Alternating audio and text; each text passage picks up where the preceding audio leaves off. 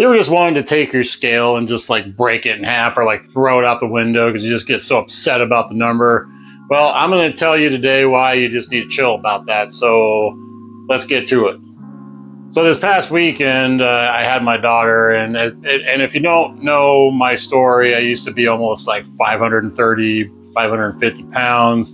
I don't know because they had to weigh me on the laundry scale. I've said this story many times already. So I got approved for my skin removal surgery. If you didn't know that either, I got February 15th is going to be chest and arms. And then in July, it's going to be the belly and lipo and all that good stuff.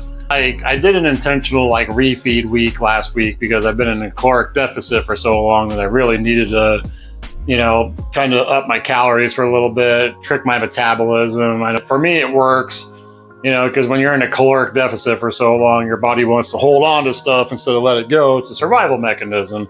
Hey, before we get into this real quick, can you hit that like button and subscribe, hit that bell icon and get all the updates that you can, because I want to help this channel grow, and even sharing and commenting really helps because you know how the algorithms go. So if you can do me a big favor and do all that, that'd be amazing. So let's get right back into it.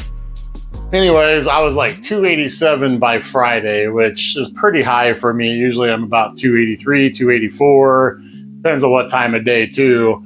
But by Saturday morning, I was also 287. But then Sunday morning, me and my daughter went to our favorite Mexican place, and I ended up getting like a really big burrito and about 2 baskets of chips. Bunch of crap before then, bunch of crap afterwards. I was gorging. That dopamine hit was going. But so Sunday morning I weighed in at 294, and I'm like, oh shit, like, this is not good. But it also made me realize that I needed to make a video about this, because like, this is what I've been dealing with for so long. I'm the kind of guy and the kind of person that holds on to water weight and bloat and everything. Whenever I stray away from real food, that's what happens. And I definitely strayed away from the real food this weekend. And then Monday morning, I really behaved on Sunday. Monday morning, I was down to 290. So I'd lost 4 pounds of that 7 pounds of bloat that I gained. And then this morning, I was down to about 287 already, which is what I originally started out on Saturday. So I broke even. But when I got home from work today, I was actually like 283. So that's usually what I run after work. And I know some people will say that like it's really bad to weigh yourself every day. But what I do is I have a biometric scale with the app. I weigh myself every morning at the same time after my morning poop, all that good stuff.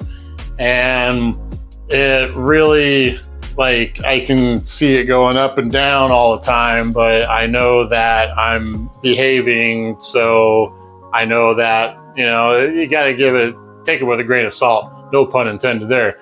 But the problem a lot of people get into is they get discouraged when they see the scale go up. They're like, oh, well, nothing's working, blah, blah, blah. So I'm just going to eat what I want anyways. It's like I said before, as long as you're holding on to the principles of eating real food and taking it easy. I like the time restricted eating, where I will eat 4 to 6 hours a day, usually about 3 to 4, and that's like my sweet spot. I don't get into trouble through the mornings because I'm busy with work and whatnot.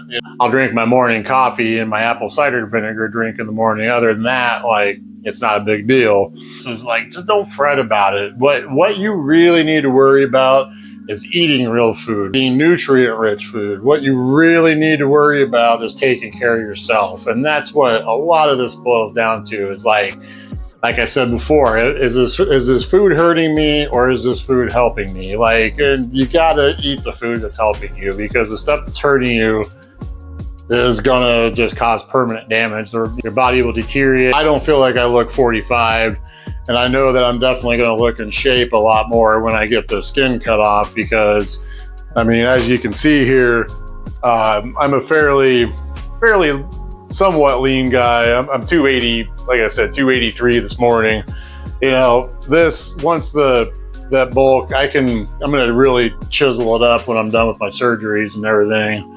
But when I get done with all my surgeries, I'm really going to hit the gym and try to kind of sculpt it. But I mean, even for, you know, doing factory work, I have a lot of muscle mass, so I don't, you know, I mean, and of course I could always do more exercise, but when you got this stuff hanging down, even stuff like my yoga I like doing is difficult because it's in the way, and I'm so looking forward to it just being gone, and I'm just so jazzed up. It's like less than like 120 days now, I think.